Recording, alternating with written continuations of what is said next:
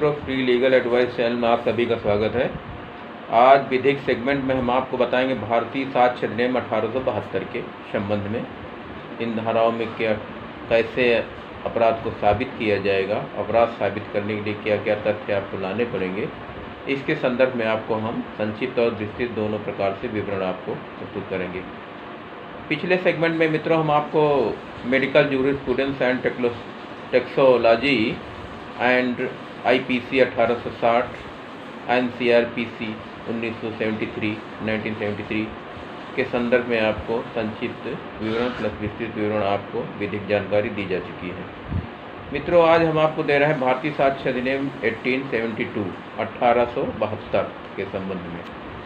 साक्ष्य विधि ऐसी विधि है मित्रों, इसके संबंध में आपको ये प्रस्तुत करना होगा जब भी कोई धारा लगेगी IPC की धारा को आप कैसे साबित करेंगे और साक्ष्य में क्या क्या तथ्य आपको आने चाहिए, इसकी जानकारी मित्रों आपको प्रत्येक विधिक व्यवसायी को तो बहुत ही कंपलसरी है और प्लस आम नागरिक को भी जानकारी होनी चाहिए कि साक्ष्य में मुझे साक्ष्य कैसे न्यायालय में देनी है और कौन से साक्ष्य ग्राह्य है, किस साक्ष्य का न्यायालय में क्या प्रभाव पड़ेगा और किस साक्ष्य से मुझे न्याय मिल पाएगा।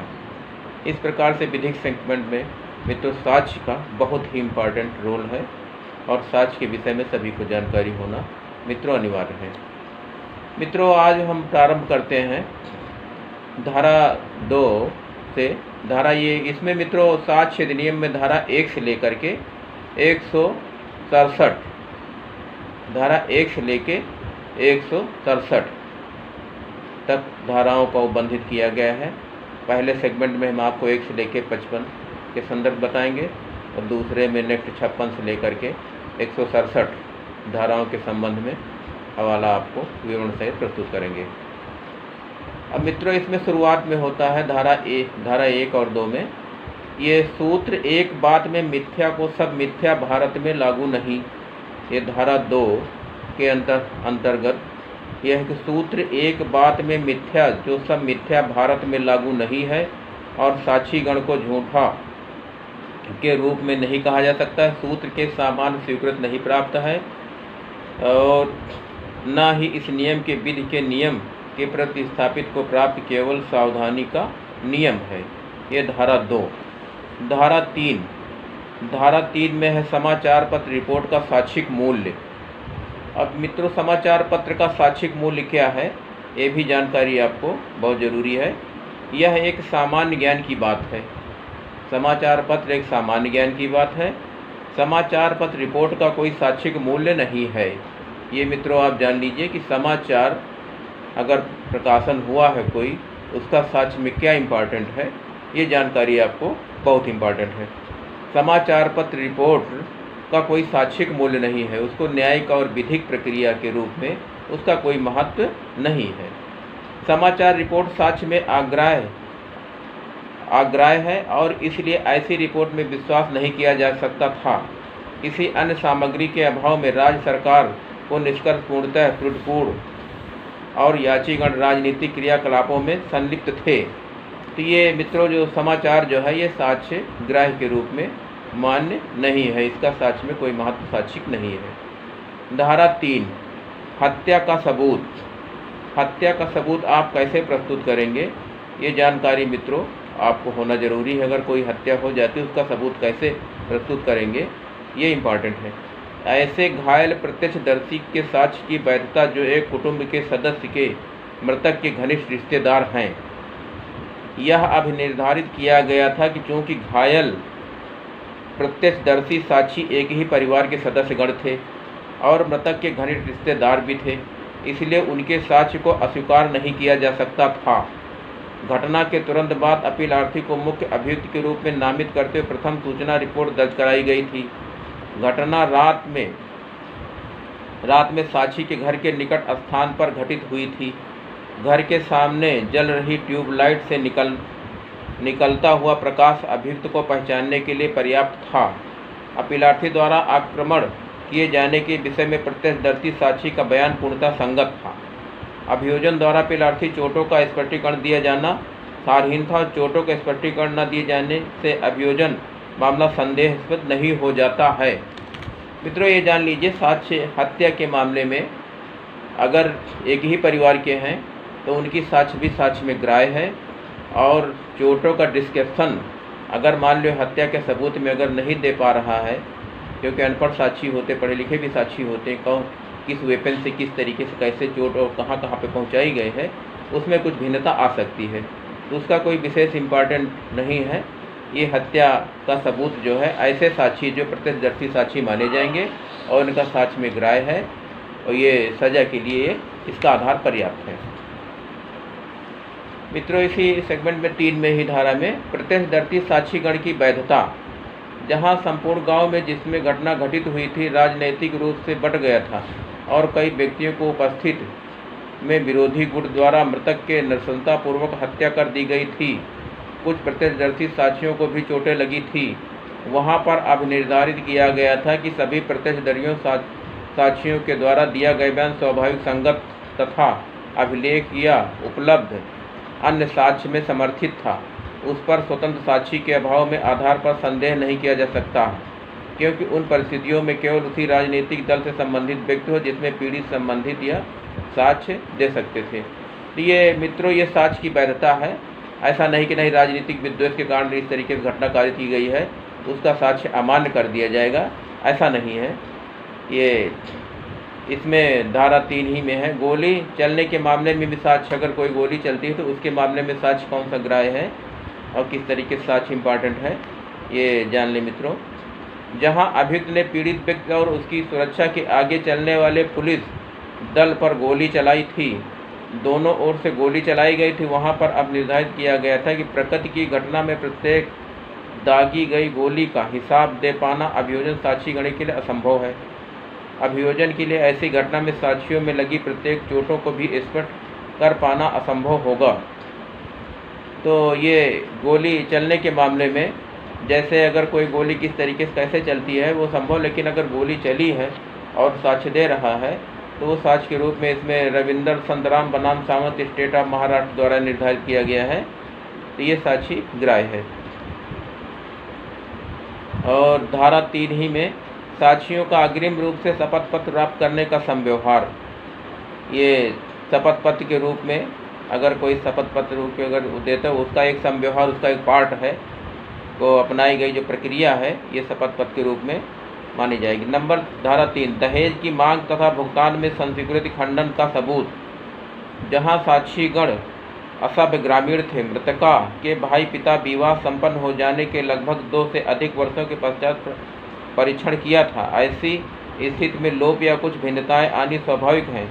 उन्हें उनके साक्षिक मूल के लिए घातक नहीं माना जा सकता था यदि वे अन्यथा विश्वसनीय है। तथ्य के भाई के द्वारा दहेज की धनराशि का उल्लेख किया गया था, किंतु उसके पिता ने नहीं किया था। केवल समय और व्यतीत होने के कारण मात्र लोप माना जा सकता था। किसी भी प्रकार से यह कहना विरोधाभास नहीं है जिसने कि साक्षीगण को विश्वसनीयता को कलंकित किया जा सके। ऐसी स्थिति में मित्रों, दहेज हत्या के मामले में अगर उसके माता पिता का अगर साक्ष्य आती है तो ये साक्ष्य में ग्राह्य है। इसमें ऐसा नहीं कि नहीं 2 साल और शादी के 7 साल के अंदर अगर कोई घटना कारित की गई है और दहेज संबंधी वो बात अपनी स्पष्ट रूप से न्यायालय में बता रहा है कि नहीं शादी के बाद से लड़की को प्रताड़ित करते थे, क्रुएल्टी और डिमांड ऑफ डाउरी ये सब साबित हो रहे हैं, तो साक्ष्य में ये ग्राह्य है और दोष सिद्धि के लिए पर्याप्त आधार है। धारा 3 में साक्षीगण की परिसाक्ष्य में विश्वसनीयता, और धारा 3 ही में हत्या के मामले में परिसाक्षी साक्षी की विश्वसनीयता। यह तथ्य प्रत्यक्षदर्शी साक्षी प्रथम सूचना रिपोर्ट में अभियोजन साक्ष्य के दौरान भिन्न नाम से नामित किया गया कि घटनास्थल की उसकी उपस्थिति को विवादित करने के आधार पर नहीं हो सकता, और यह भी ऐसा कोई साक्षी था जिसके शरीर पर चोटें भी लगी थी। अगर शरीर में चोटें भी लगी हुई हैं और चोट दर्शित पाई जाती है और ऐसा साक्ष्य अगर आता है तो ये भी साक्ष्य के रूप में ग्राह्य है।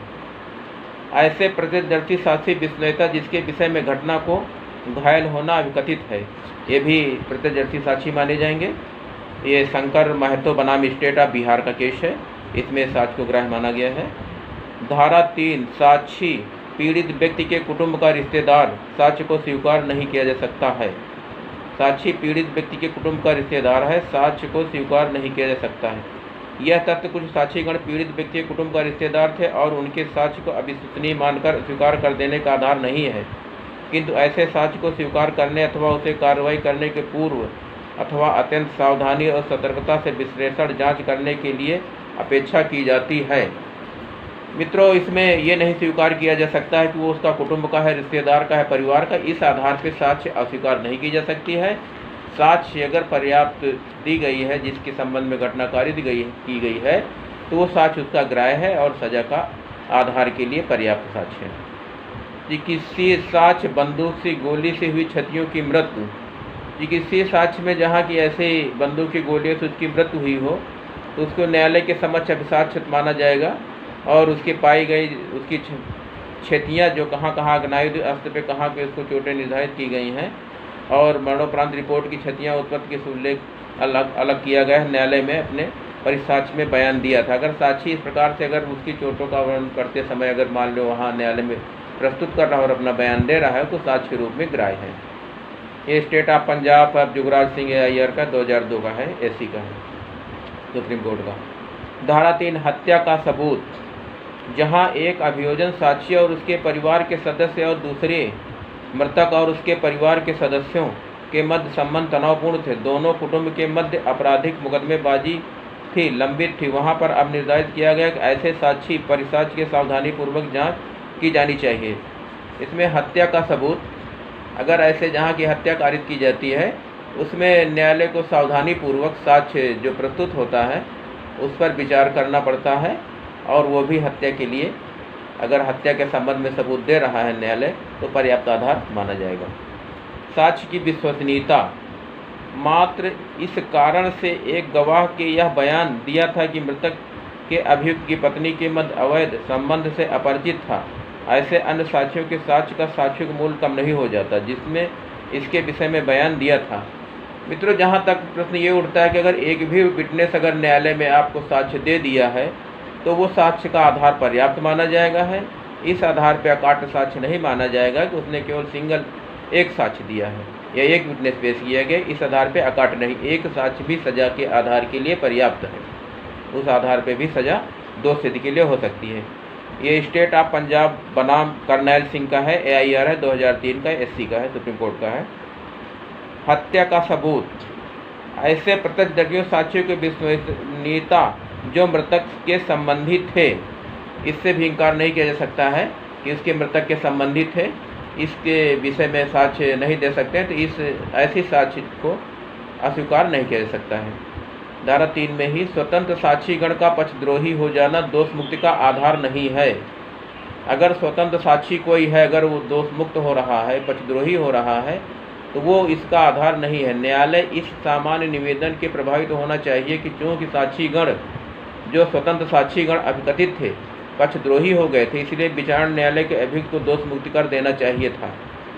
तो ऐसा नहीं है। अगर मित्रों स्वतंत्र साक्षी है, तो अगर न्यायालय में बयान से अपने मुकर रहा है और बयान बदल रहा है, तो वो साक्ष्य के अभाव में मुकदमा दोष मुक्त नहीं होगा। अगर फैक्ट की विटनेस जो चुटहिल विटनेस है, जो घटना को आई विटनेस है, चक्षुदर्शी साक्षी है, अगर उन्होंने देखा और बयान प्रत्यक्ष दिया है, तो बयान पर्याप्त है। अगर स्वतंत्र साक्षी बीच में गवाह अगर इनकार भी कर देता है, तो उस साक्ष्य का कोई इम्पॉर्टेंस नहीं है। ये है केस भोलाराम कुशवाहा बनाम state of MP AIR 2080 supreme court का है।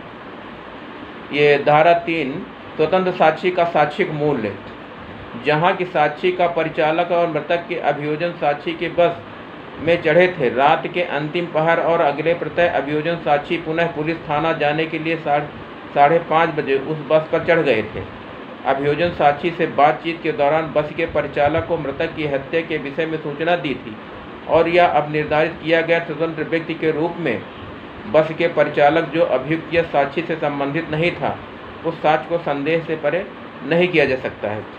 ऐसे भी साक्षी इसको संदेह से परे साबित नहीं किया जा सकता है कि नहीं वो बस का साक्षी था और ये स्वतंत्र रूप से साक्षी है जो घटना के संबंध में साक्ष्य नहीं दे सकता। स्वतंत्र साक्षी अगर है तो उसका भी साक्षिक मूल्य है, वो भी इम्पॉर्टेंट गवाह है, और ऐसे साक्ष्य को भी इनकार नहीं किया जा सकता। अगर कामन बस के रूप में अगर कोई स्वतंत्र साक्षी अपना और कोई घटना बस के अंदर कारित होती है स्वतंत्र साक्षी के रूप में देना चाहता है, तो वो मान्य है। वो कामन मास के रूप में अगर कोई साक्षी हुई है और साक्ष्य दे रहा है, तो ग्राह्य है साक्ष्य में। के नागा सुब्बा रेड्डी बनाम public prosecutor MP high court का है, AIR 2000 का है।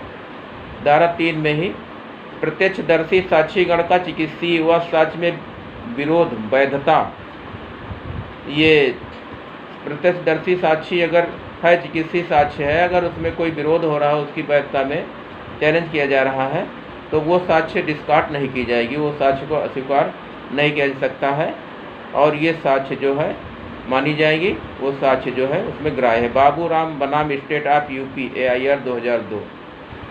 धारा 3 पक्षद्रोही साक्षी की वैधता।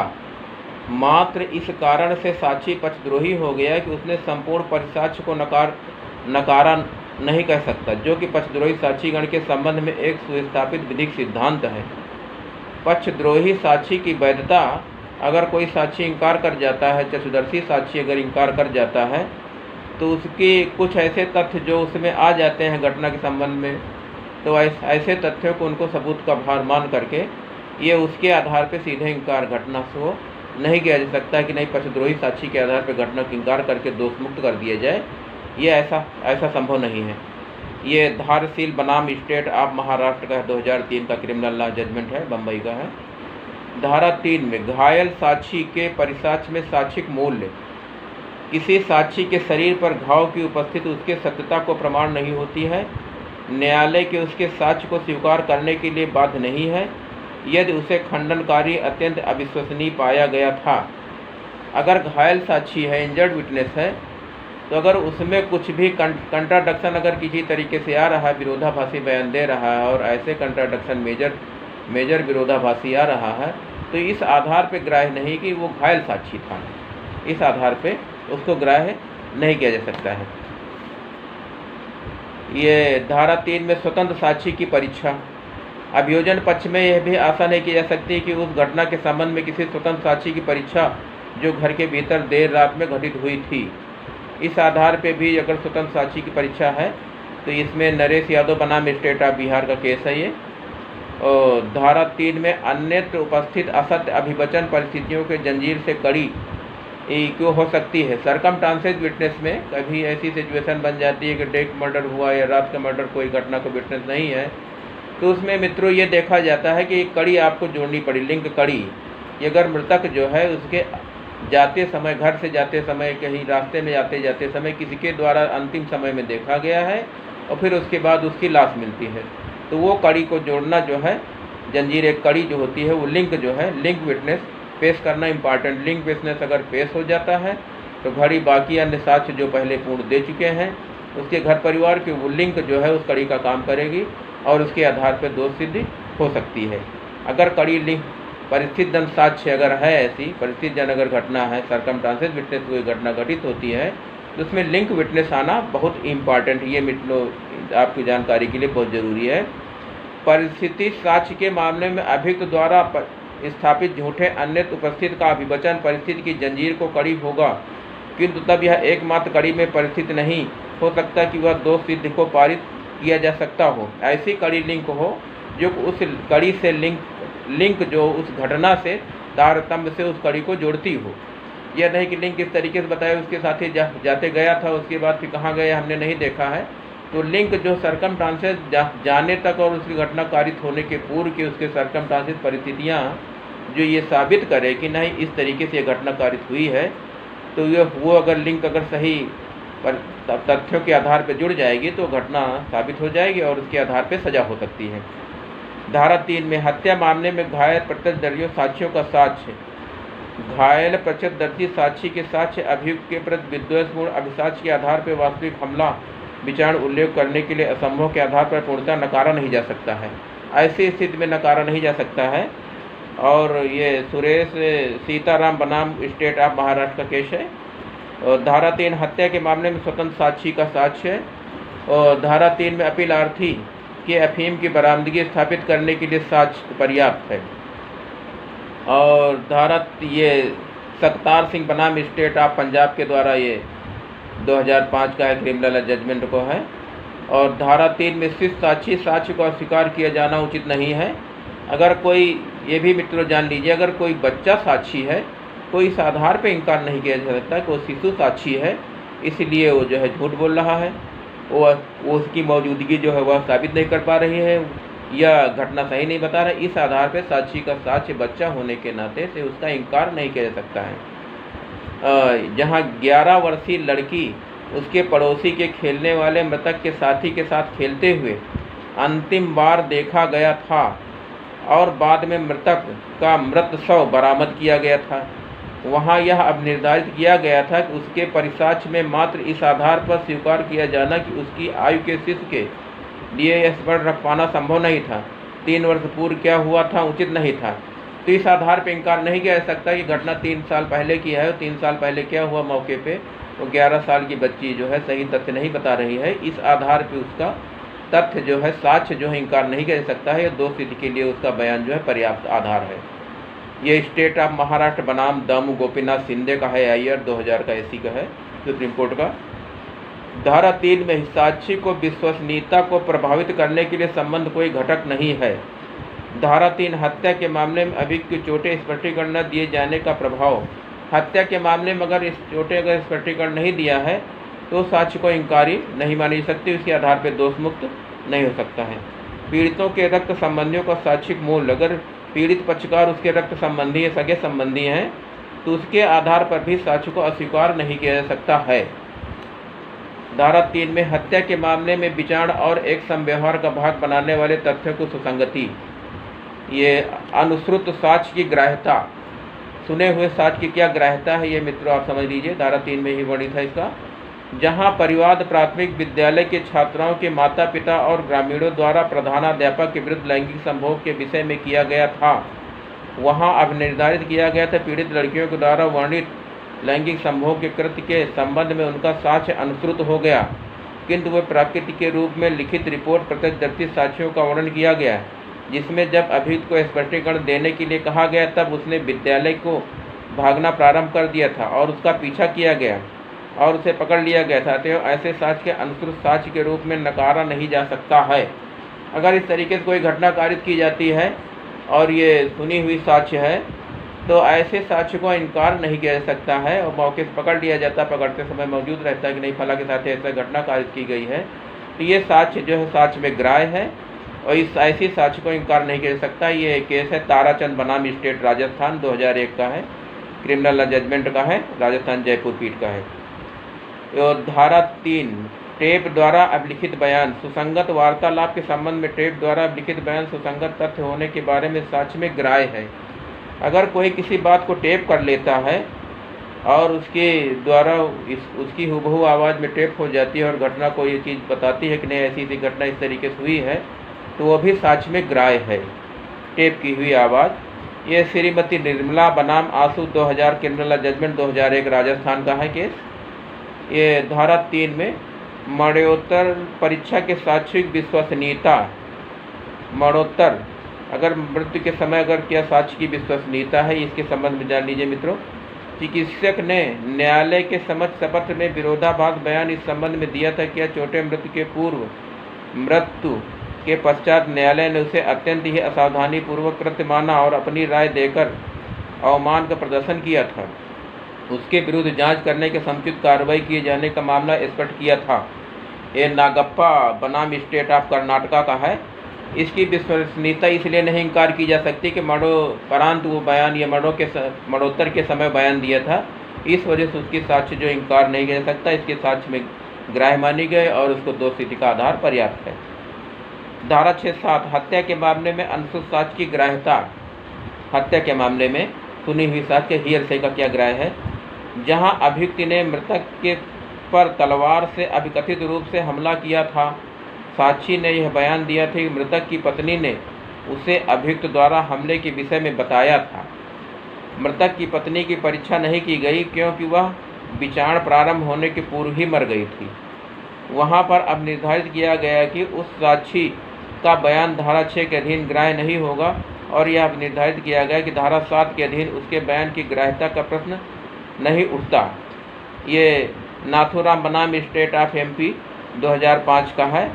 हत्या के मामले में अनुश्रुत साक्ष्य, जिस प्रकार से वो पत्नी ने साक्ष्य दिया, अनुश्रुत सुना कि तलवार से फला को मार दिया है, बाद में मर जाती है, तो ऐसा नहीं। अगर सुना हुआ साक्ष्य है और इसके पूर्व ये बताया है, ये हमारी पत्नी ने इस तरीके से बताया है, ऐसी बात है वो, तो वो साक्ष्य में ग्राह्य मानी जाएगी, वो साक्ष्य इस आधार पर डिस्कार्ड नहीं की जा सकती है। धारा 6 से 32 हत्या तथा दोष सिद्ध साक्ष्य के विवेचन के बारे में निष्कर्ष और संपोषणीयता हेतु का अपर्याप्तता। अगर मोटिव, घटना का अगर मोटिव नहीं है तो इस आधार पर साक्ष्य को इनकार नहीं किया जा सकता है और इसमें दोष सिद्धि से किसी प्रकार से इनकार नहीं किया जा सकता। घटना का मोटिव साबित नहीं है कि घटना किस उद्देश्य से हुई है, ज़मीन को लेकर के विवाद हुआ है, किसी हिस्सेदारी को लेकर के विवाद हुआ, अन्य किसी प्रकार के वाद विवाद होकर के हुआ, कोई लड़ाई झगड़े पूर्व लड़ाई झगड़े को आयोजित करके विवाद हुआ है, तो इस बात से अगर हेतुक नहीं है, मोटिव नहीं है, तो उसको घटना को जो अपर्याप्त नहीं माना जाएगा और घटना से इनकार नहीं किया जा सकता है। जहाँ मामला प्रत्यक्षदर्शी साक्षी के प्रत्यक्ष साक्ष्य के आधार पर आधारित होता है वहाँ हेतु की अपर्याप्तता से कोई महत्व नहीं होता है। यदि दो प्रत्यक्षदर्शी साक्षियों के साक्ष्य उनका सूक्ष्म परीक्षण करने पर विश्वसनीय पाया जाता है, हेतु की पर्याप्तता का प्रश्न केवल अव्यवहारिक होता है। हेतु जो केवल अव्यवहारिक होगा है कि उसको लिंक एक प्रकार से कड़ी को जोड़ने का काम करेगा, और हेतु जो इतना इम्पॉर्टेंट नहीं घटना के लिए, जैसे कि घटना कारित हुई, अगर घटना कारित हुई है तो वो साक्ष्य में ग्राह्य मानी जाएगी है। इस आधार पर घटना को इनकार नहीं किया जा सकता कि इसमें मोटिव नहीं था। ये राजकुमार बनाम स्टेट ऑफ यूपी है, 2002 का क्रिमिनल लॉ जजमेंट है। उसके बाद धारा 8 में आ जाइए। हत्या हेतु के सबूत दो सिद्ध के आवश्यक नहीं है, हत्या के मामले में भी मोटिव आवश्यक नहीं है। धारा 8 जहाँ मौखिक साक्ष्य स्पष्ट नहीं तर्क संगत हो वहाँ हेतु विसंगत होते हुए भी अपराध नहीं। ऐसे भी अगर जहाँ तर्क संगत वहाँ भी मोटिव को कोई इम्पॉर्टेंट नहीं है।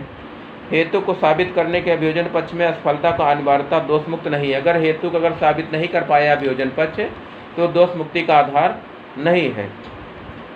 हेतु को विद्यमानता अस्तित्व या अप्रकृति के मामले में कब और सुसंगत है। जहां अभियोजन पक्ष में अभिकथन किया गया था घटना में कुछ दिनों से पूर्व ही परिवारों के मध्य कहा सुनी हो जाने के कारण घटना घटित हुई थी, दो व्यक्ति गंभीर रूप से घायल हो गए थे और एक अपनी जान गंवा बैठा था। यहाँ अब निर्धारित किया गया था कि यदि उक्त घायल साक्षीगण साक्ष्य स्वीकार कर लिया जाए तो हेतु का अस्तित्व शायद ही सुसंगत हो। ये बलराम सिंह बनाम स्टेट ऑफ पंजाब का ईयर 2003 का सिख सुप्रीम कोर्ट का है। इसमें ऐसे में हेतु की विद्यमानता जो है अस्तित्व प्रकृति के रूप में क्यों मानी गई है, इसको भी इनकार नहीं किया जा सकता है। हत्या के मामले में दोष सिद्धि के लिए हेतु का सबूत आवश्यक नहीं है। हत्या के मामले में दोष सिद्धि के लिए हेतु की इम्पॉर्टेंट नहीं है। और धारा 8, 13, 32 वर्ष 1945 में दान विलेख की वैधता। जहां एक दान विलेख के संपत्ति का स्वत्व संबंध में विवाद पर 1945 को निष्पादित किया गया था, वहां अब निर्धारित किया गया कि संपत्ति के स्वत्व को संबंधित दान विलेख का वर्णन स्वीकार किया जा सकता है। ऐसे स्वत्व अन्य साक्ष्य के आधार पर विनिश्चित किया जाना चाहिए। ये इसमें है कुलदीप शर्मा बनाम सत्येंद्र कुमार शर्मा का केस है, आईआर इलाहाबाद का है ये। तो ऐसे दान विलेख अगर इस तरीके की इसकी भी वैधता साक्ष्य में है, अगर ऐसे भी इस प्रकार से अगर साक्ष्य कोई साक्ष्य आते हैं और साक्ष्य देते हैं तो साक्ष्य उसमें मान्य है। अब धारा 9 शिनाख्त का साक्ष्य। शिनाख्त का साक्ष्य क्या है मित्रों, जान लीजिए। जहाँ धारा 9 के अंदर शिनाख्त जहाँ शिनाख्त परेड परीक्षण नहीं की गई थी वहाँ पर अब निर्धारित किया गया था, यह नहीं कहा जा सकता कि विचारण के दौरान प्रथम बार अभियुक्त को पहचान कराने वाले साक्षी का साक्ष्य अर्थहीन है या उसका कोई साक्षिक मूल नहीं है। जैसा कि माननीय उच्चतम न्यायालय द्वारा अब निर्धारित किया गया कि यह प्रत्येक मामले में तथ्य परिस्थितियों पर निर्भर करता है कि ऐसे साक्षी के साक्ष्य में क्या महत्व दिया जाना चाहिए जो न्यायालय के प्रथम प्रश्नवार में अभियुक्त की शिनाख्त करता है। मित्रों, इसमें चंद्रेश पासवान बनाम state of UP 2000 criminal judgment है। और इसमें ऐसा नहीं कि अगर मान ले शिनाख्त नहीं कराई गई है, कोई भी इन्वेस्टिगेशन अफसर द्वारा किसी अभियुक्त की शिनाख्त नहीं कराई गई है कि ये घटना कारित के समय में कहाँ पे था और किस तरीके से इसका क्या क्या विपिन बरामद हुए, तो ऐसा नहीं है। उस आधार पे जो है शिनाख्त अगर नहीं होती है, अभियुक्त की पहचान नहीं कराई जा सकती है। चोरी के मामले में किसी घर में चोरी होती है, मुलजिम की पहचान नहीं कराई जाती है, मुलजिम 15 दिन बाद पकड़े जाते हैं, तो ऐसे आधार पे जो है दोष मुक्ति का आधार नहीं है। ये हाई कोर्ट का है, चंद्रेश बनाम पासवान स्टेट ऑफ यूपी का है। ये शिनाख्त परेड परीक्षण करने में विलंब घातक नहीं है, इसके लिए कारण कोई संपूर्ण दर्शाया नहीं गया। शिनाख्त परेड अगर मान लो कोई विलंब से कराई जाती है तो इसका भी जो है ये जो प्रभाव जो है इसका लाभ मुलजिम को नहीं मिलेगा, ये साक्ष्य के रूप में ग्राह्य है। धारा 9 में अभियुक्त को आवेदन पर शिनाख्त परेड किया जाना और हत्या के मामले में मृतक के द्वारा पहनी गई जंजीर की शिनाख्त, जो भी बरामद होता सामान अगर उसकी पहचान की जाती है तो मानी जाएगी। ऐसा नहीं कि आशीष बाथम बनाम स्टेट ऑफ एमपी का है, IR 2002 का SC का है। और एक ये गाडे लक्ष्मी मंगूराम बनाम स्टेट ऑफ एमपी का है, IR 2001 SC का है। धारा 9 न्यायालय के अभियुक्त गण की शिनाख्त या शिनाख्त परेड परीक्षण में दोष सिद्ध के लिए अनिवार्य नहीं है। न्यायालय के रूप में भी अगर किसी तरीके से अगर मान लो शिनाख्त नहीं की गई है तो ये दोष सिद्ध के लिए अनिवार्य नहीं है कि ऐसा कि नहीं ये शिनाख्त क्यों नहीं कराए इसलिए हम दोष मुक्त कर दिया जाए, ऐसा कुछ नहीं है। इसमें शिनाख्त कार्रवाई के संदेह नहीं किया जा सकता। अगर शिनाख्त कार्रवाई अगर नहीं कराई गई है तो इसमें संदेह नहीं किया जा सकता। अगर कराई भी गई तो इसमें संदेह नहीं किया जा सकता कि नहीं शिनाख्त गलत कराई गई है या ये मुलजिम नहीं है, उस आधार पर भी इनकार नहीं किया जा सकता है। धारा 9 अंगुली चिन्ह की शिनाख्त। जहां हत्या के मामले में 2 अभियुक्त संलिप्त थे किंतु अभियुक्त संख्या 2 की अंगुली चिन्ह घटनास्थल में पाए गए थे, वहां पर अब निर्धारित किया गया कि प्रथम अभियुक्त का तर्क हो सकता है अभियोजन को साबित करने के असफल था। इसके लिए प्रयुक्त अंगुल चिन्ह अभियुक्त संख्या 2 क्योंकि अभियुक्त संख्या 3 को चुनौतीपूर्ण समय थी, उसे आधार पर अभियोजन पक्ष द्वारा औपचारिक साक्ष्य दिया गया था। ये अंगुली चिन्ह की शिनाख्त के संबंध में है, धारा 9 में ही है। इसका है गाडे लक्ष्मी बनाम मंगाराम जी स्टेट ऑफ एमपी का है, ये 2001 का है। धारा 9 शिनाख्त परेड परीक्षण किए जाने की रीति। शिनाख्त परेड परीक्षण किए जाने की रीति है। हत्या के मामले में शिनाख्त परेड परीक्षण किए जाने की आवश्यकता है, धारा 9 में ही। और धारा 9 में निगेटिव बिना फोटोग्राफी कोई साक्षिक मूल्य नहीं है। निगेटिव के बिना फोटोग्राफ का कोई साक्षिक मूल्य नहीं। फोटोग्राफ को साक्ष्य निगेटिव प्रस्तुत किए बिना ग्राह्य नहीं किया जा सकता, इसीलिए यह साक्ष्य अग्राह्य है। अगर कोई फोटोग्राफ हो तो उसका निगेटिव जो है होना इम्पॉर्टेंट है। केवल अगर फोटोग्राफ ऐसे दे दिया जाता है, अगर निगेटिव नहीं प्रस्तुत किया जाता है तो साक्ष्य के रूप में ग्राह्य नहीं है। धारा 9 में गुदना चिन्ह और मृतक के शव की शिनाख्त की वैधता। अगर कोई रिमार्क उसके शरीर में पाया जाता है तो वो भी शिनाख्त की वैधता है, उसको जो है शिनाख्त के रूप में माना जाएगा। धारा 9 में हत्या के मामले में शिनाख्त परेड करने का विलंब का प्रभाव। धारा 10 में षड्यंत्र है।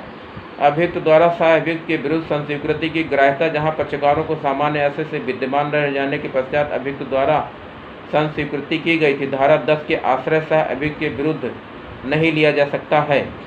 ये सिद्धार्थ बनाम स्टेट ऑफ बिहार का है, ये धारा 10 में ही ये इसके षड्यंत्र के मामले अगर अभियुक्त द्वारा सह अभियुक्त की कोई ऐसी संस्वीकृति की है तो वो ग्राह्यता है, उसको जो है ग्राह्य माना जाएगा और इसके संबंध में दोष सिद्ध माना जाएगा। ये सिद्धार्थ बनाम स्टेट ऑफ बिहार का है। धारा 10 स्वत्व संबंधी वाद के सबूत का भार। और 10 में संस्वीकृत अपेक्षा संस्वीकृति अन्य अभियुक्त के विरुद्ध किया जा सकता है। धारा 13 ऐसे निर्णयों की ग्राह्यता व पक्षकारों के मध्य नहीं है।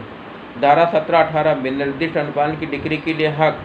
धारा 18 साक्षी द्वारा की गई स्वीकृति के पक्षकार द्वारा की गई स्वीकृति के रूप में नहीं माना जा सकता है। साक्षी के द्वारा की गई स्वीकृति को पक्षकार के द्वारा की गई स्वीकृति के रूप में नहीं माना जा सकता है।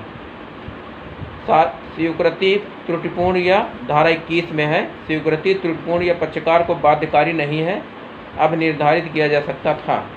धारा 23 में विशेषाधिकार दावा शासकीय अभिलेखों का अवलोकन अस्वीकृति है। धारा 24 में न्यायिकेतर संस्वीकृति विश्वसनीयता है। ये इसमें क्या सामान्यतः न्यायिकेतर संस्वीकृति और विश्वास किया जा सकता है कि क्योंकि इसके विश्वसनीयता के लिए इसकी स्वतंत्र साक्ष्य के रूप में संपुट आवश्यक है। ये बलबीर सिंह बनाम स्टेट ऑफ पंजाब AIR का है, 1999 SC का है।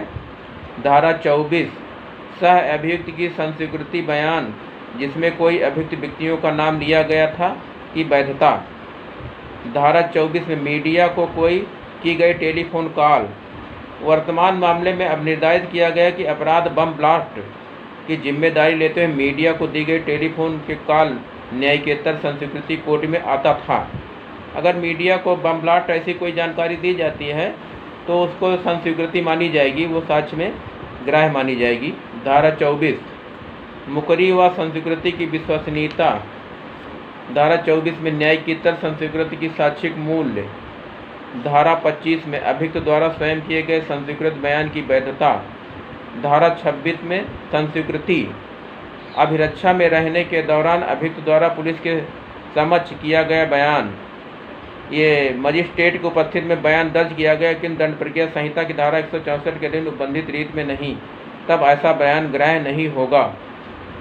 अगर 164 के अधीन नहीं है तो इस प्रकार से ऐसा कोई बयान ग्राह्य नहीं होगा। 164 का बयान मजिस्ट्रेट के समक्ष जो प्रस्तुत किया जाए वो ग्राह्य घटना के संबंध में अगर बताता है और न्यायालय में बयान देता है तो ग्राह्य माना जाएगा। धारा 26, पुलिस अभिरक्षा में रहने के दौरान अभियुक्त द्वारा की गई संस्वीकृति या उसके विरुद्ध साबित किया जाना, ये धारा 26 है। पुलिस अभिरक्षा में रहने के दौरान अभियुक्त द्वारा कोई संस्वीकृति या उसके विरुद्ध साबित न किया जाना। अगर पुलिस अभिरक्षा में कोई अभियुक्त है उसको अगर संस्वीकृति कर देता है तो मान्य नहीं उसमें है, तो ये नहीं माना जाएगा। धारा 27 में पत्र साक्ष्य की प्रस्तुति प्रस्थापित प्रतिवादी का विरोध, जहाँ की प्रतिस्थापित प्रतिवादी के देने के लिए पूर्व साक्ष्य पत्र में दिया गया है, ऐसे पत्र में प्रतिस्थापित प्रतिवादी द्वारा संस्वीकृति या बयान नहीं था, अपितु उसमें मूल प्रतिवादी द्वारा किए गए कथन अंतर्विष्ट वहाँ अभिनिर्धारित किया गया, ऐसे पत्र से संस्वीकृति नहीं थी। इस प्रकार इसका प्रतिस्थापन प्रतिवादी द्वारा विरोध किया जाना अपेक्षित था।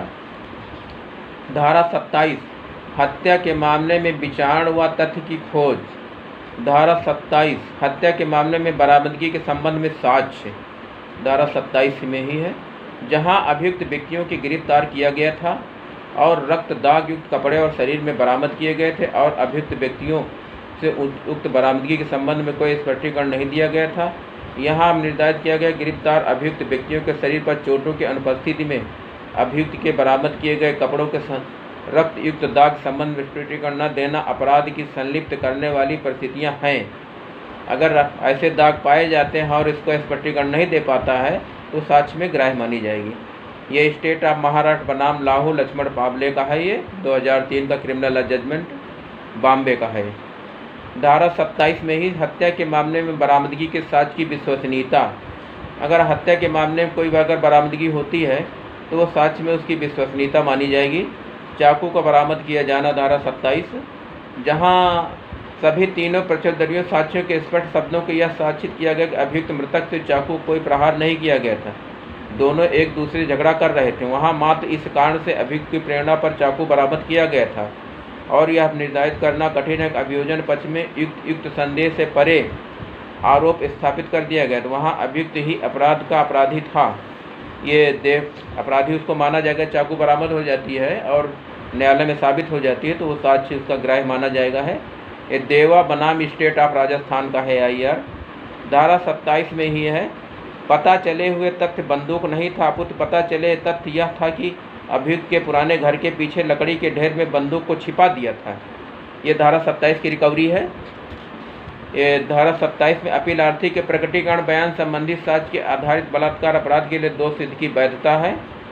और धारा 27 में ऐसी घड़ी की बरामदगी वैधता जिसके बरामदगी की तिथि से 6 दिन पश्चात समाचार पत्र में लिपटा हुआ पाया गया था। और धारा 27 की रिकवरी है अभियुक्त से प्राप्त की गई जानकारी की ग्राह्यता, जहां हथियार व रक्त दाग युक्त कपड़े यथास्थित संपत्ति बरामद इस जानकारी के साथ की गई उसने अभियुक्त को ज्ञात विशिष्ट स्थान पर रखा गया था। अब निर्धारित किया गया था कि वे अपराध की संलिप्त करने वाली परिस्थितियों के प्रावधान को अधीन ग्राह्य है। ऐसी अगर कोई जानकारी अगर अभियुक्त द्वारा दी जाती है, रक्त रंजित कपड़े अगर पाए जाते हैं कहीं पे अगर बरामद होते हैं तो साक्ष्य में ग्राह्य है। धारा 27 में प्रकटीकरण बयान, धारा 27 में ही अभियुक्त के बयान के आधारित वस्तुओं की बरामदगी का औचित्य, धारा 27 में बच्चे के बलिदान कर देने के मामले में वस्तुओं की बरामदगी की वैधता, जहां बच्चे के रक्त में एकत्र करने के लिए कलश के उपयोग को किया गया था और उस अभियुक्त की प्रेरणा का बरामद किया गया था। न्यायालय ने ज्ञात हुआ कलश पर रक्त लगा हुआ था। अभियुक्त ने ये स्पष्ट करना चाहिए था कलश पर किस प्रकार से रक्त लगा, किंतु जब उसने कलश की बरामदगी से इनकार कर दिया था तो इस तरह से इनकार किया जाना अप्रमाणिक था। इस प्रकार परिस्थिति की जंजीर थी और छूटी हुई कड़ी के पूर्ण रूप से कर दी गई थी। अगर उसमें ब्लड लगा हुआ था घड़े में तो उसका स्पष्टीकरण नहीं दे पाया तो माना जाएगा कि नहीं ऐसी घटना कारित की गई है। यह स्टेट ऑफ महाराष्ट्र बनाम दामू गोपी सिंधे का है IR SC का है। धारा 27 बरामदगी के संबंध में साक्ष्य की ग्राह्यता को परिप्रेक्ष्य में परसीमा, बोधराज बनाम स्टेट ऑफ जम्मू कश्मीर का है। इसमें इस प्रावधान के अधीन जो भी बयान ग्राह्य हैं ऐसी जानकारी के रूप में होनी चाहिए जिसमें कुछ पता चला कि इस प्रकार की जानकारी के रूप में जो ग्राह्य है जो साबित किया जाना चाहिए, न कि राय इसमें पुलिस अधिकारी की इस पर निर्मित किया है कि अन्य शब्दों को अभिरक्षा में रहने के दौरान अभियुक्त द्वारा दी गई सही जानकारी जिसके विरुद्ध बरामदगी हुई है के साबित किया जाना चाहिए। अतएव अभियुक्त का अभियोजन और दोनों को लाभकारी की गई जानकारी को लेखपत्र कर लिया जाए। ऐसी स्थिति में लेखपत्र किया गया है तब साक्ष्य के माध्यम सही जानकारी दी जानी चाहिए। अगर सही जानकारी दी जा रही है साक्ष्य में तो वो साक्ष्य में ग्राह्य मानी जाएगी। 27 में ही संस्वीकृति बयान के आधार पर की गई बरामदगी की वैधता है और धारा 27 की ही रिकवरी के संबंध में है। बरामद की गई मोहरबंद की गई वस्तुओं की वैधता है, ये भी वैध मानी जाएंगी है। ये केस है कि राजेंद्र कुमार बनाम आप राजस्थान का है। धारा 27 खुले स्थान पर जहाँ सभी लोग कोई पहुँच सकते हैं वहाँ पिस्तौल आदि गोला बारूद की बरामदगी की वैधता, ये भी वैधता मानी गई है। सलीम अख्तर बनाम स्टेट ऑफ यूपी है, AIR 2003 SC का है। धारा 27 में ही है हत्या के मामले में बरामदगी के साक्ष्यों की विश्वसनीयता, ये भी संदेहास्पद था। ये स्टेट ऑफ बनाम अरुण कुमार गुप्ता का है। धारा 27 संस्वीकृति बयान अभियुक्त के हस्ताक्षर का बाध्यकारी नहीं है। ये नटराजन केंद्र शासित पांडिचेरी इसमें बाध्य नहीं है हस्ताक्षर के लिए। धारा 27 प्रकटीकरण बयान विश्वसनीयता, ऐसे तथ्यों की जानकारी हुई है जो अन्यथा उस कथन को अभिकर्ता के ज्ञान में नहीं था।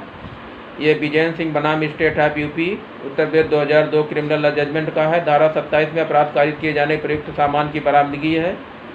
ये कोई इसमें जो है ऐसी बरामदगी कोई विश्वास नहीं किया जा सकता था, ये भी संदेश भरी मानी गई है।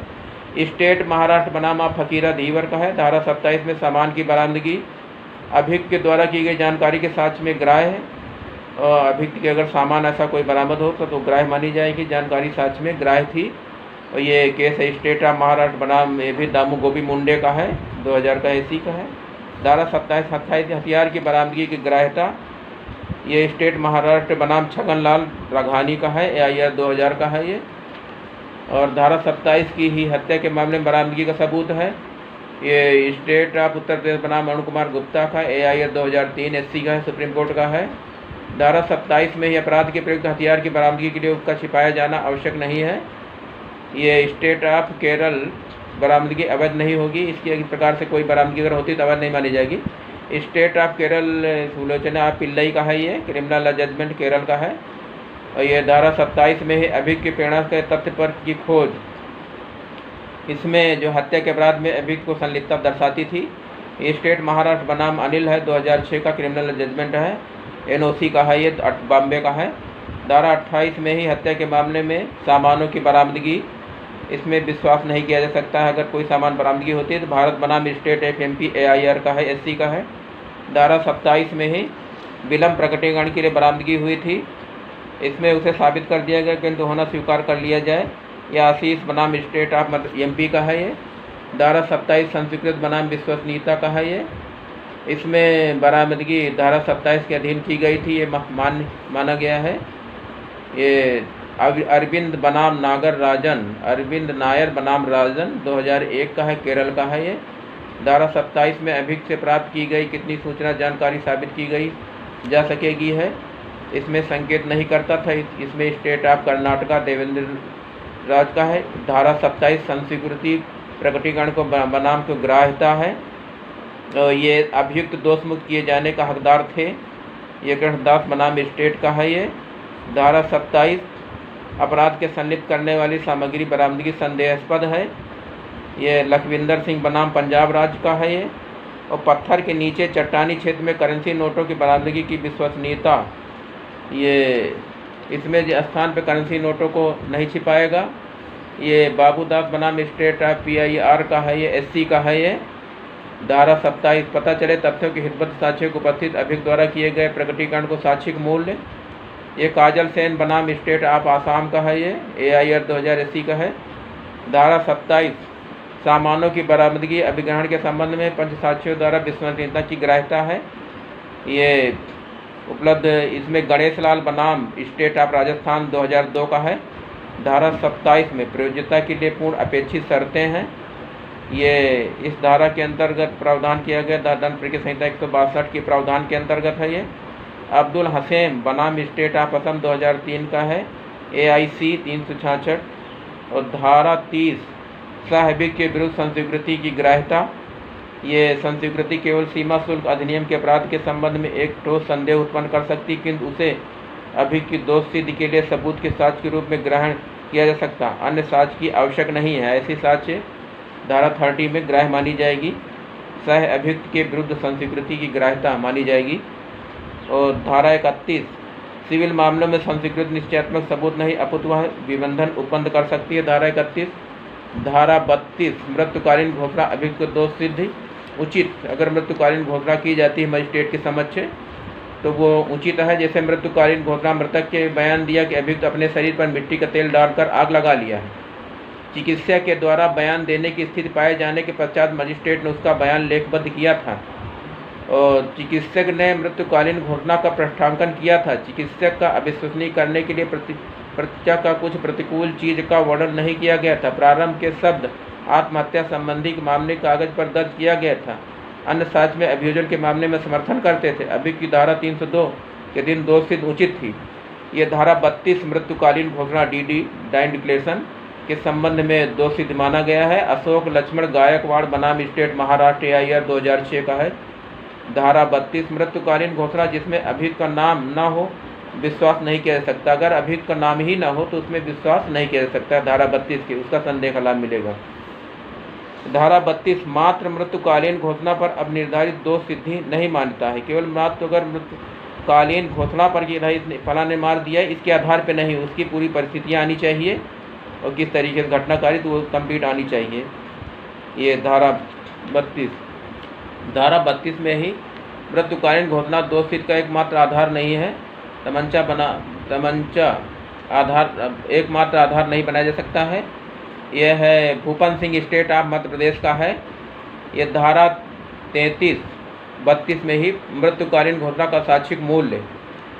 ये मृत्युकालीन घोषणा का साक्षिक मूल्य ऐसी स्थिति में जैसे 3-4 घंटे बाद चिकित्सक के साथ कथन किया गया, मृतक बयान ऐसने की स्थिति में था और साक्ष्य प्रतिपरीक्षा की गई। मृत्युकालीन घोषणा को लेखबद्ध साक्ष्य के रूप में स्वस्थ प्रमाण पत्र और मृत मृत्युकालीन घोषणा पर नहीं था स्थापित किया गया कि उसके समक्ष निवारक दवाई दिए जाने के कारण मृतक की मानसिक स्वस्थता और स्वस्थ संदेह से किया जा सकता, जबकि चिकित्सक उसे स्वस्थ घोषित किया गया, न्यायालय द्वारा घोषित किया गया। और यद्यपि 100% जलने के कारण मृतक की स्थिति नाजुक थी, फिर भी वह सही और ठोस बयान देने की उचित मानसिक स्थिति में थे, तो अब लिखित मृत्युकालीन घोषणा स्वीकार की जाने योग्य। मित्रों, मृत्युकालीन 32 एविडेंस एक्ट के अंतर्गत आपको यह भी जानना जरूरी है कि मृत्यु DD जब डाइन डिक्लेरेशन होता है मृत्युकालीन बयान के पूर्व यदि मजिस्ट्रेट के द्वारा डॉक्टर के द्वारा बयान दिया जाता है तो डॉक्टर के द्वारा ये परीक्षण किया जाएगा वो बयान देने की स्थिति में है, स्वास्थ्यचित है, अपने से विवेक का सही इस्तेमाल कर रहा है और बयान सही ठीक ढंग से दे सकता है और तथ्यों का कंप्लीट उस बयान में आ जाना, वो मृत्युकालीन बयान पूर्ण माने जाएंगे। ऐसे अपराध में उसको मृत्युकालीन बयान का लाभ मुलजिम को नहीं मिलेगा और उसमें सज़ा होगी। इसलिए DD को भी सावधानी पूर्वक मजिस्ट्रेट के द्वारा दर्ज किया जाना चाहिए और कंप्लीट फॉर्मेलिटी पूरी करते हुए। मृत्युकालीन घोषणा 32 मृत्युकालीन घोषणा और 32 मृत्युकालीन घोषणा है। इसमें भी मृत्युकालीन घोषणा है और 32 मृत्युकालीन घोषणा केवल घाव संबंधी रिपोर्ट मरणोपरांत परीक्षा की रिपोर्ट अस्वीकार नहीं किया जा सकता है कि उसके घाव नहीं थे, इससे अस्वीकार नहीं किया जा सकता है। और ये भी DD डिक्लेरेशन है 32 में ही। अब 32 में ही मृत्युकालीन घोषणा का साक्षिक मूल्य DD बहुत इंपॉर्टेंट साक्ष्य, DD के आधार पे ही केवल सज़ा हो सकती है, दोष सिद्धि हो सकती है। और 32 में है बधू का जलाया जाना है, इस जलाने के पूर्व अगर बयान दे देती है स्वच्छित से, ये भी माना जाएगा है। तो इस प्रकार से मित्रों 32 जो है ये DD साक्ष्य एविडेंस एक्ट में मृत्युकालिक बयान, ये मृत्युकाल की बयान की सावधानी पूर्वक उसका बयान दर्ज किया जाना, ये 32 के अंतर्गत प्रावधानित किया गया है। सेक्शन 32 में इसके DD के संबंध में कंप्लीट विवरण के सहित इसका हवाला उल्लिखित किया गया है। विश्वसनीयता के संबंध में कि DD की विश्वसनीयता किस तरीके से ग्राह्य है और किस तरीके से उसको अभियुक्त का लाभ DD के संबंध मिलेगा और कैसे इसको मुलजिम को सज़ा मिल सकती है, ये 32 के अंतर्गत ये व्यवस्था दी गई साक्ष्य अधिनियम में। पूर्ववर्ती बयान की ग्राह्यता है, ये 33 में है। ये अगर पूर्ववर्ती कोई बयान माना है तो माना जाए, ग्राह्य माना जाएगा। और 33 में अभियुक्त की अनुपस्थिति में लिखित साक्ष्य की ग्राह्यता है। 34 में लेखा बहियों साक्ष्यों का साक्षिक मूल्य है। 34 में लेखा पुस्तिका उदाहरण पुस्तिका को नहीं, इसलिए मूल्य का महत्व है। 34 में आबद्ध कागजों को पुरजोर बरामदगी उससे की गई प्रविष्टियों का साक्षिक मूल्य है। धारा 34 में लेखा पुस्तिका की गई प्रविष्टियों की वैधता है। धारा 34 लेखा पुस्तिकों से आबद्ध लेखा पत्रता की वैधता है। धारा 35 में लोक दस्तावेज यानी जन्म मृत्यु पंजिका की ग्राह्यता। ये मित्रों इंपॉर्टेंट है, आप समझ लीजिए। लोक दस्तावेज कौन से हैं? ये 35 एविडेंस एक्ट के अंदर प्रावधानित किया गया है, जहां पुरुष बच्चे के जन्म के विषय में मृत्यु पंजिका प्रविष्ट जन्म मृत्यु रजिस्ट्रीकरण अधिनियम 1969 के अधीन सक्षम प्राधिकारी द्वारा अनुरक्षित की गई पंजिका को नियमित कर ली गई। वहां पर अब निर्धारित किया गया कि लोक दस्तावेज ऐसी प्रविष्टियाँ साक्ष्य में ग्राह्य हैं। अगर इस प्रकार से अगर कोई जन्म मृत्यु का पंजीकरण अगर इस तरीके से रजिस्टर में पंजीकृत कर लिया गया और ग्राह्य इसके रूप में अगर प्रस्तुत किया जाता है न्यायालय में, तो सेक्शन 35 के अंतर्गत वो ग्राह्य मानी जाएगी। चितरू देवी बनाम रमदेई है, AIR है, 2003 का है। धारा 74 पुलिस अधिकारी द्वारा स्थल निरीक्षण मानचित्र ज्ञापन में नहीं की गई प्रविष्टियों को लोक दस्तावेज नहीं है। अगर मानचित्र कोई साइट प्लान बनाया गया इन्वेस्टिगेशन अफसर के द्वारा, वो लोक दस्तावेज नहीं माना जाएगा। लोक दस्तावेज पब्लिक डॉक्यूमेंट होता है, तो वो अलग से जो भी रजिस्टर दर्ज किए जाते हैं सरकारी दस्तावेज के रूप में, वो साक्ष्य के रूप में ग्राह्य हैं। धारा 35 112 संतान धर्मजता के रूप में सबूत। धारा 40 में न्यायालय के निर्णय डिग्री आदेश के सुसंगत। और धारा 40 41 42 43 दांडिक कार्रवाई पूर्ववर्ती निर्णय कब किसी सीमा तक सुसंगत होंगे। और ये मित्रों धारा 45 में विशेषज्ञ साक्षी है और धारा 45 में विशेषज्ञ साक्षी की राय है। धारा 45 पॉलीग्राफ नार्को विश्लेषण ब्रेन मैपिंग परीक्षण। ये मित्रों जान लीजिए, ये पॉलीग्राफ नार्को विश्लेषण ब्रेन मैपिंग परीक्षण MRI-PCT स्कैन की भांति होते हैं। ऐसे परीक्षणों को वैज्ञानिक मूल्य तथा उसको विश्वसनीयता का मूल्यांकन विचारण के दौरान ही किया जा सकता है। जहां सामान्य मानवाधिकार कार्यकर्ताओं की ओर से यह कहा जाता है कि अन्वेषण अभिकरण अभियुक्त गण के सूचना पाने के लिए तीसरे श्रेणी के ढंग से अपनाते हैं, उच्च न्यायालय ने यह संप्रेषित किया था कि अन्य अन्वेषण अभिकरणों को अच्छा समय आ गया और अन्वेषण वैज्ञानिक उपायों का आश्रय ले। ये दिनेश डालमिया है बनाम राज्य है, 2006 क्रिमिनल मद्रास का है। इस प्रकार से नार्को ब्रेन मैपिंग अगर की जाती है तो न्यायालय के ड्यूरिंग परीक्षण के दौरान ही उनका महत्व है, उसी समय वो साक्ष्य में ग्राह्य हैं। धारा 45 विदेशी चिकित्सक के विशेषज्ञ के साक्ष्य की वैधता। मृतक की आयु के संबंध विशेषज्ञ की राय की विश्वसनीयता। चिकित्सक से पीड़ित व्यक्ति की मृत्यु के समय में स्वतः विरोधी साक्ष्य। हस्तलेख विशेषज्ञ की राय का मूल्य। यह तर्क आधारित होनी चाहिए कि न्यायालय के सही निष्कर्ष पर पहुँचे कि ऐसे तर्कों का मूल्यांकन करना चाहिए कि यदि तर्क सहित की तांत्रिक निश्चयात्मक नहीं माना जा सकता है इसकी तो स्पष्ट साक्ष्य की परिस्थिति साक्ष्य संपुट की जानी चाहिए। यदि राय में अन्यथा तार्किक और संपोषक साक्ष्य के बिना स्वीकार किया जा सकता है, जैसा कि माननीय उच्चतम न्यायालय द्वारा स्टेट ऑफ महाराष्ट्र सुखदेव बनाम AIR में उल्लिखित किया गया है। धारा 45 में ही विशेषज्ञ की राय ग्राह्यता है, जो अगर विशेषज्ञ की राय हो ग्राह्य है साक्ष्य में। और इस तरीके से धारा 45 में भी DNA का परीक्षण भी इसी में धारा 45 में ही विशेषज्ञ साक्ष्य में विश्वसनीयता ग्राह्य मानी गई है। DNA का परीक्षण भी हो जाए तो वो भी साक्ष्य में ग्राह्य माना गया है। और चेक का अनादरण है धारा 45 में ही, अगर चेक कोई अनादरित होती है हस्तलेख विशेषज्ञ की राय तो कब ली जा सकती है। चिट समव्यवहार के संबंध में सांप्रस्विक चेक के रूप में रक्षित चेक दिया जाता है, जहाँ अब कथित है वहाँ अब निर्धारित किया गया सांप्रस्विक प्रतिभूत के रूप में अभियुक्त द्वारा चेक देने के प्रश्न उत्पन्न होगा, क्योंकि परिवादी जिसके द्वारा चिट फंड चलाने का भी कथन किया गया, अभियुक्त उसके द्वारा प्राप्त किए गए धन को वापस करना चाहिए। जिस पासबुक चिट समव्यवहार को जारी की गई उसी का कथन किया गया कि उसको निर्णय करने के लिए कोई सुसंगत नहीं है। क्या चेक उस समव्यवहार के संबंध में जारी किए गए या किसी अतएव अभिसाक्ष्य के तुलना में करने के लिए हस्तलेख विशेषज्ञ की राय मानने की अनुमति की मंजूर नहीं किया जा सकता है। माधवम बनाम गुमान रेड्डी का है ये हत्या के मामले में विचारण के द्वारा विशेषज्ञ राय है और विशेषज्ञ राय की सुसंगत है। और ये धारा 50 में संबंध का सबूत है। विक्रय विलेख और निस्तारीकरण है। ये विक्रय विलेख के निरस्तीकरण के बाद में है। वादी का यह वचन था कि प्रतिभूति संपत्ति के बेचने के लिए अधिकृत किया गया। प्रतिवादी को यह तर्क दिया कि उसने मृतक स्वामी पत्नी की हैसियत से ऐसा किया गया। निष्कर्ष की पत्नी पति के विधिपूर्ण विवाहित थी। नामांतरण कार्रवाई में पारित आदेश के अवधारित किया गया था क्योंकि दूषित में था, क्योंकि वह किसी विधिक साक्ष्य पर आधारित नहीं था।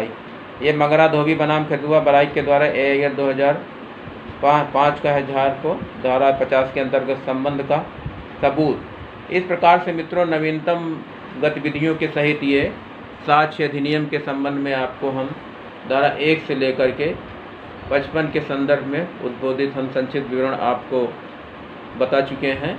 इसी के संबंध में अगले सेगमेंट में आपको हम साक्ष्य विधि में और हम विस्तृत जानकारी देंगे। मित्रों धन्यवाद।